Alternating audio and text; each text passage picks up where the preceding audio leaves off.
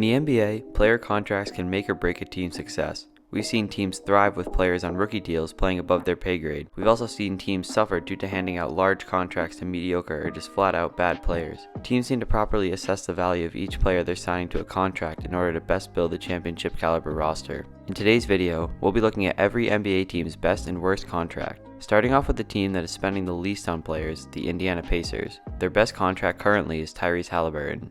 He is still on his rookie deal that is paying him just $5.8 million this season. For the level of production he is putting up this season, this is some insane value. Halliburton is averaging about 25 points, 4 rebounds, a steal, and 12.5 assists to just 2.5 turnovers. He's also shooting 50% from the field and 41% from 3 on over 8 attempts per game. He does have a max extension kick in next season, but for the current contract he's on, this is some amazing value. Honorable mentions to Andrew Nembhard and Nesmith's contracts.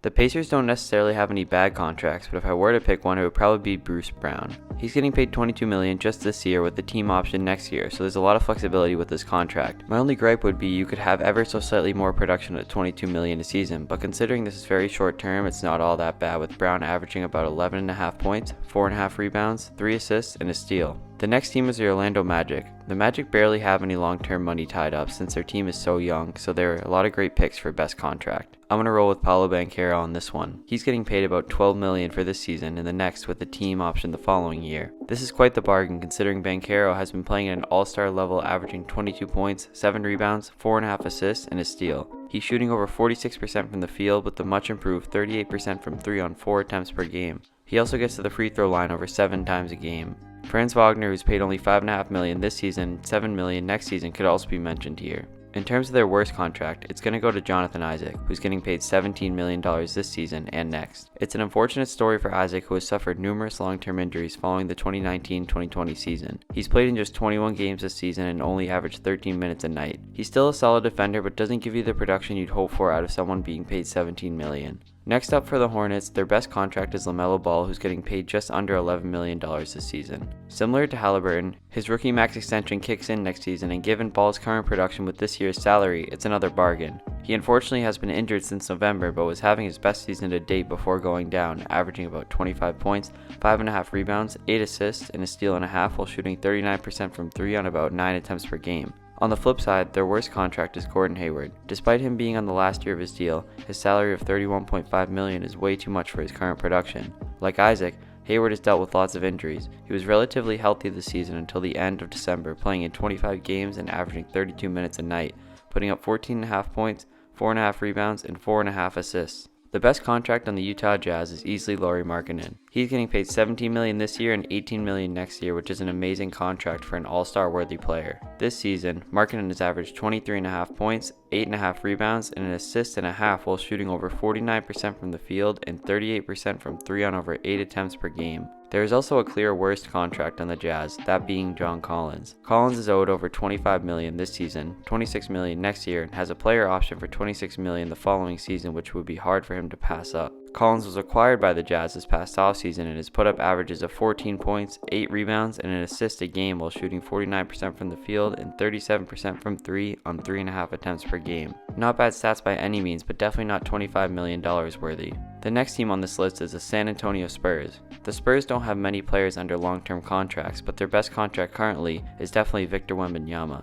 The French rookie has stuffed the stat sheet this season with 19 points, 10 rebounds, 3 assists, a steal, and over 3 blocks a night. He's doing all this while getting paid about $12 million this year and the next, and then following that has 2 team options for $13 and $16 million respectively in the following 2 seasons. Definitely a great deal for someone who projects to be a superstar in this league. It was somewhat difficult to pick a worse contract for the Spurs, but I went with Zach Collins.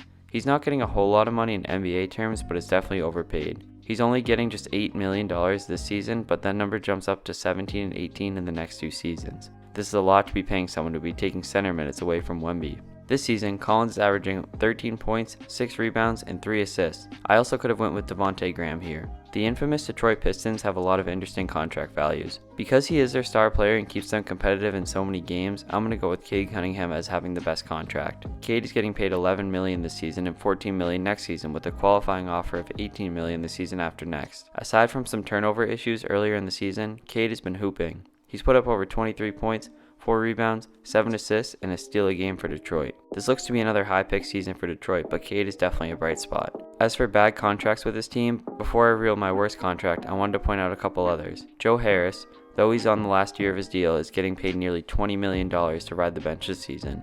And James Wiseman is getting paid $12 million this season. Obviously, the Pistons haven't handed out these contracts to Harris and Wiseman, but they've taken up a significant chunk of the team's cap. The worst contract on the Pistons is Marvin Bagley. He's getting paid $12.5 million this season and next. What gives him the edge over the other guys I mentioned is that Bagley's money is guaranteed next season and that the Pistons actually signed him to this deal back in 2022. This season, Bagley has averaged 10 points, 4.5 rebounds, and an assist a game. The Washington Wizards' best contract is between Daniel Gafford and Kyle Kuzma, but I'm going to go with Kuzma here. Kuzma is getting paid $25 million this season, but the nice part about this contract is that it decreases about $2 million in the following 3 seasons, meaning in the 2026-27 season, he'll be getting paid over $19 million. This is pretty solid value for a guy averaging about 22 points, 6 rebounds, and 4 assists while shooting 46% from the field and 36% from 3 on 7 attempts per game. The worst contract for the Wizards may have been the easiest choice of this entire video. This is Jordan Poole. Poole is getting paid $28 million a season, $30 million the next, $32 million the one after that, and $34 million the one after that. That's a lot of money owed to a player who acts like he doesn't care half the time. He's averaging 16 points, 2.5 rebounds, and 3.5 assists, shooting under 41% in the field,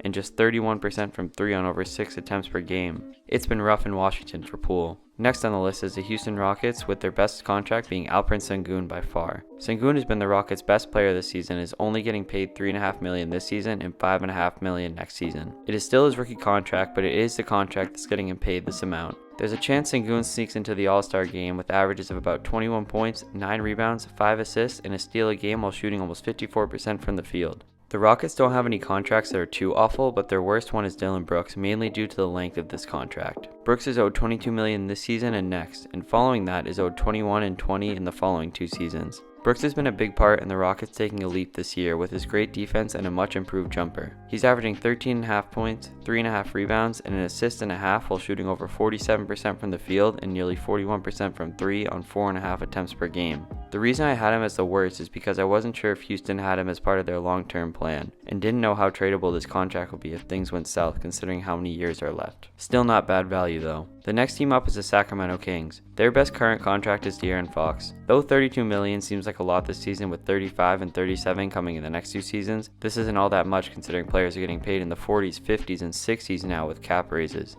For Fox to be an all-NBA caliber player, getting paid this money for the next 3 seasons is a bargain. Fox has averages of 29 points, 4.5 rebounds, 6 assists, and a steal and a half while shooting 47.5% from the field and an absurd 39% from 3 on 8.5 attempts per game. The worst contract for the Kings currently is Harrison Barnes. He's getting paid $17 million this season, $18 the next, and $19 the one after. I wasn't a huge fan when the Kings initially made this deal, but I get why they had to do it, and maybe Barnes could be a good salary filler in a potential trade. Barnes this season has averaged about 11 points, 3 rebounds, and an assist and a half while shooting 48% from the field and 41% from 3 on 4.5 attempts per game. Not bad numbers by any means, but for what Barnes can do at this point in his career, this is a bit too much money. Next up is the OKC Thunder, with them having an absolute steal of a contract with Shai Gilgeous-Alexander. SGA is getting paid about $33 million this season, $36 next season, $38 the following, and $48 the one after that. For Shai to be locked up at this price for this season and the 3 after is an incredible price to pay for a franchise cornerstone. He cemented himself as a top 10 player in this league this season, leading the Thunder to one of the best records in the West. He's done this on averages of 31.5 points, 6 rebounds, 6.5 assists, and 2.5 steals per game while shooting a crazy 54.5% from the field. Definitely one of the best contracts in the NBA. Honorable mentions to Jalen Williams, Chet Holmgren, and Kenrich Williams. On the flip side, the worst contract is the Thunder's second highest paid player this season, Davis Bertans. He's getting paid $17 million this season, has a player option for next season at $16 million, which I can't see him declining. He barely plays for OKC and averages just 3 points and under a rebound and an assist. Next up is the Atlanta Hawks, who don't have any amazing contracts. If I were to pick one, I would go with Jalen Johnson, who's getting paid under $3 million this season and just $4.5 million next season. Johnson has taken a huge leap this season and is up to 15 points a game, 8 rebounds, 3 assists, and a steal while shooting over 58% from the field and nearly 38% from 3 on 3 attempts per game. He does a bit of everything for Atlanta at such a low cost. For the Hawks' worst contract, I'm going to go with DeAndre Hunter. Hunter is owed $20 million this season, $21 next season, $23 the one after, and $25 the one after that. The big downside is how long-term this contract is, with Hunter not shaping up to be a cornerstone of the Hawks' future.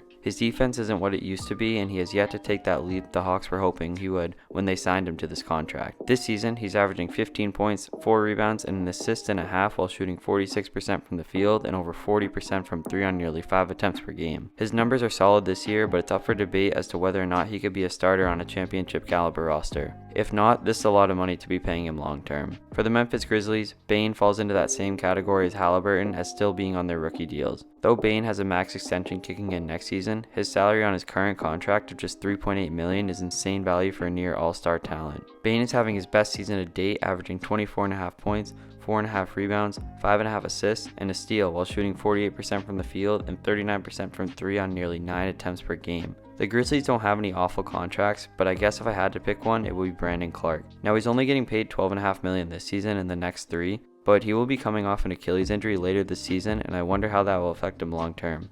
Not that this is a bad contract by any means, but I felt I would go with Clark for this reason. This contract is also very trade friendly. When he was healthy last season, Clark averaged 10 points, 5.5 rebounds, and an assist and a half while shooting over 65% from the field. The next team is the Brooklyn Nets, and this decision was a bit easier. Their best contract is Mikal Bridges, who is owed about $22 million this season, $23 the next, and $25 the next season. Considering players like John Collins and Jordan Poole are getting paid more than this, Bridges is with the Nets on a bargain. To start, he won't miss a game as he's appeared in every NBA game since entering the league. This season, he's averaged about 21 points, 5 rebounds, and 4 assists while shooting 45% from the field and 35% from 3 on 6 attempts per game. The Nets' worst contract is definitely Ben Simmons. It was exciting seeing him start off this season healthy, but injuries have set him back again. I wish to see him back healthy soon, but it's just an unfortunate situation all around as the Nets are paying him $38 million this season and $40 million next season. In the 6 games he was healthy in the season, he averaged 6.5 points, 11 rebounds, and 6.5 assists while shooting 53% from the field.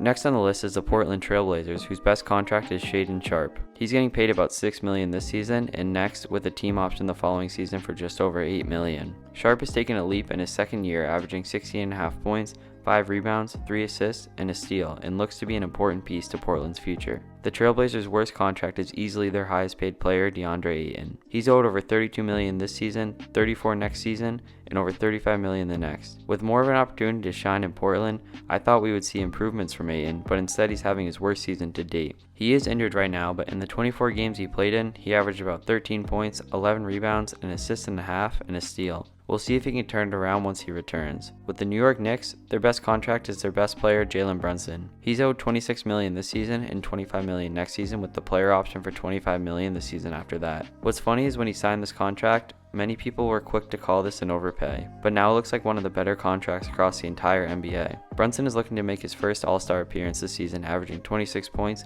4 rebounds, 6.5 assists, and a steal while shooting 47% from the field and over 43% from 3 on 6.5 attempts per game. The Knicks' worst contract is Evan Fournier. Luckily for New York, he is in the last guaranteed year of his contract, which is paying him nearly $19 million. This contract was a bit of a head-scratcher to begin with, and Fournier has only appeared in 2 games this season, averaging 6 points. The next team on this list has taken a huge leap this season, and this is the Minnesota Timberwolves. Their best contract is their franchise cornerstone, Anthony Edwards. Once again, he falls into that last year of his rookie deal category. He's getting paid just $13.5 million this season, but lucky for him, his max contract kicks in next season, and even that is a solid deal for him. Edwards is looking to make his second straight All-Star appearance, averaging about 27 points, 5 rebounds, 5 assists, and a steal and a half while shooting 46% from the field and 39% from 3 on 7 attempts a game. Because of the insane value the Timberwolves are getting on the last year of this deal, Edwards is their best contract. As for their worst contract, I'm going to go with Rudy Gobert. Now, Gobert brings an immense amount of value on the defensive side of the ball for this team and is a huge reason why they're one of the best defensive teams in the league. But his salary of $41 million makes him the 13th highest paid player in the league this season. You could get slightly better value for this amount.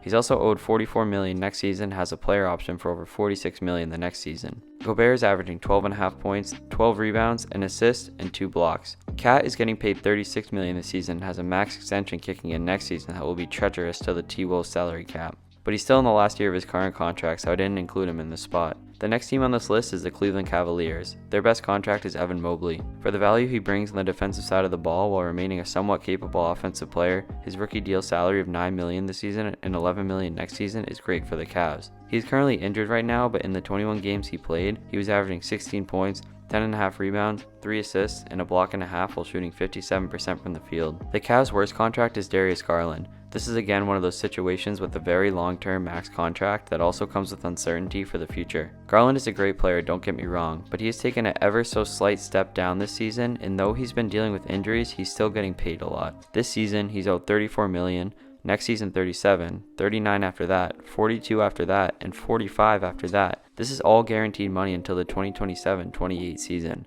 Garland was an all-star back in 2022, but with the Cavs getting knocked out in the first round of the playoffs last season, it will be interesting to see how they shake up this core to make themselves championship contenders. When healthy this season, Garland was averaging 20 points, 3 rebounds, 6 assists, and a steal and a half while shooting 47% from the field, and losing his three-point touch shooting just 34.5% on 5 attempts per game. The next team is the Toronto Raptors, who don't have a lot of money tied up past this season, as Siakam and Trent Jr. are both set to become free agents, and Anunoby being traded, and quickly now needing a new deal. Their best current contract is definitely Scotty Barnes. Still in his rookie deal, Barnes has taken a massive leap this season and become the Raptors' best player. In his third season, Barnes has averaged 20.5 points, 9 rebounds, 5.5 assists, a steal and a half, and a block and a half while shooting 48% from the field and 38% from 3 on 5.5 attempts per game. For their worst contract, I'm going to have to go with Jakob Poeltl. I'm not a big fan of these long-term contracts when a team doesn't know their direction. Poeltl is owed $19.5 million this season and the next two, with the player option for the same amount in the season after those. Poeltl is a solid option at center, but I'm not quite sure if he's worth $20 million a season, as he's averaged 10.5 points, 8 rebounds, 2.5 assists, and a block and a half. Maybe this is a slight overpay, but it could be a lot worse as it's not the most untradeable contract. The next team also doesn't have a direction, and this is the Chicago Bulls. For their best contract, I want to shout out Alex Caruso and Javon Carter, but I ultimately went with Kobe White because of his huge leap this season. White is getting paid $11 million this season, $12 million next season, and $13 million the one after. This is looking like an incredible deal for the Bulls considering what White has done this season. He's averaged 18 points, 4.5 rebounds, and 5 assists while shooting nearly 40% from 3 on over 7 attempts per game. The Bulls' worst contract is by far Zach LaVine.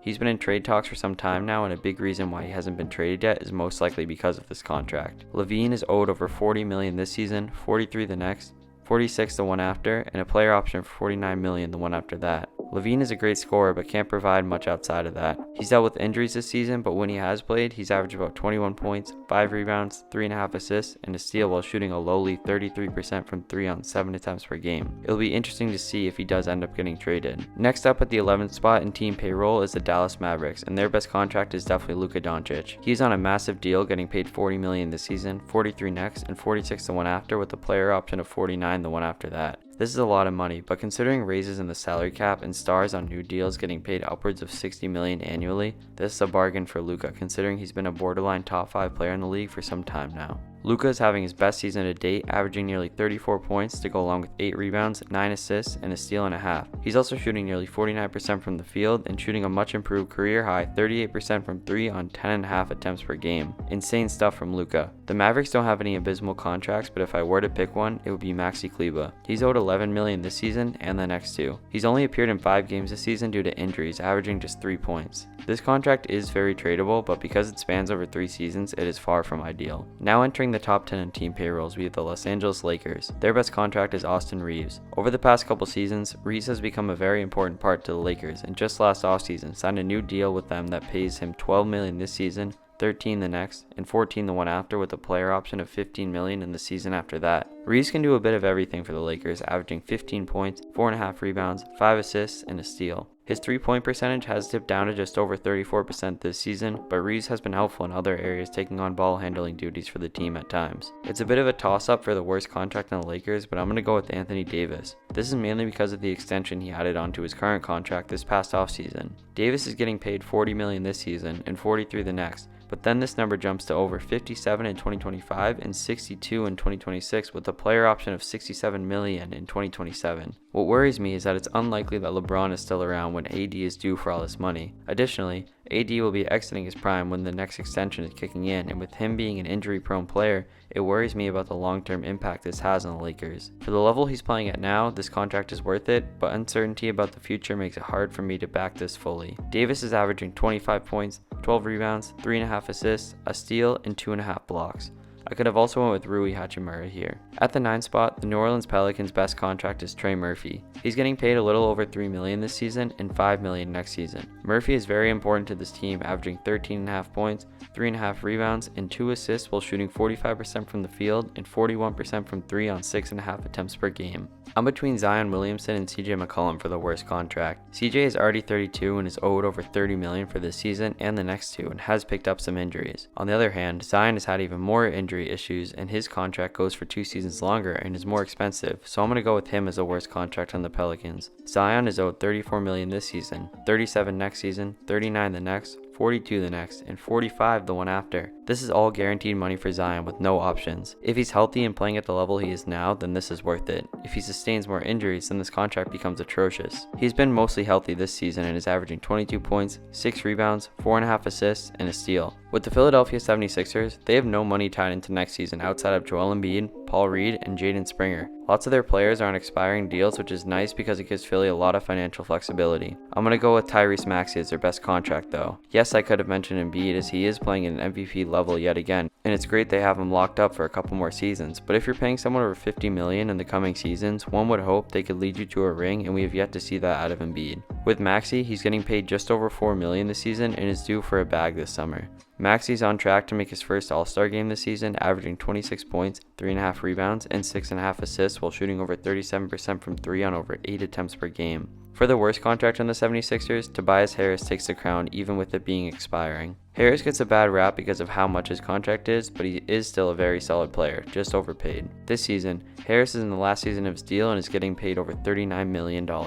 He's averaging 17 points, 6 rebounds, and 3 assists while shooting 51% from the field and 36% from 3 on 3.5 attempts per game. Next on the list is the Miami Heat, with their best contract being Jaime Jaquez. Jaquez just won Rookie of the Month and is shaping up to be a great player. On his rookie deal, he's getting paid $3.5 million this season and next, with 2 consecutive team options following this, paying him $4 million and $6 million respectively. The Heat have Jaquez at these rates for another 3 seasons following this, and with his production of 14 points, 3.5 rebounds, 2.5 assists, and a steal, shooting 51% from the field, the future looks bright for him. Duncan Robinson was known as having one of the worst contracts in the league last season, but he's having an ultra bounce back year, and with his contributions to last year's playoff run for the Heat, this contract isn't that crazy. I'm actually going to go with Kyle Lowry as having the worst contract for the Heat. He is in the last year of his deal, but is getting paid just under $30 million, which really limits what Miami can do with their funds. Lowry is 37 and averaging 9 points, 3.5 rebounds, 4 assists, and a steal on good shooting splits, making 46% of his shots and 43% of his threes on 4.5 attempts per game.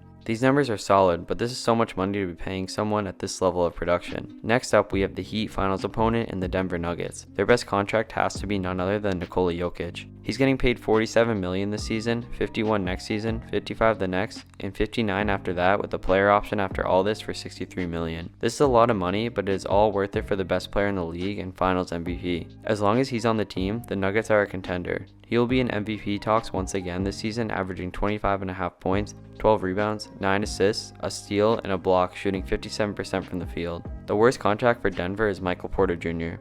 He's not a bad player by any means, but he's getting paid a lot of long-term money while being a 3rd or 4th option and being injury prone. This season, Porter's getting $33 million, and between the next 3 seasons is getting paid over $110 million at an average of about $37 million. He was key to their finals win last season, but has had basically 2 full seasons taken out due to injury. This season, Porter Jr. is averaging 16 points, 7 rebounds, and an assist and a half while shooting 48% from the field and 39.5% from 3 on 7 attempts per game. Entering our top 5 in team payroll, we have the Boston Celtics.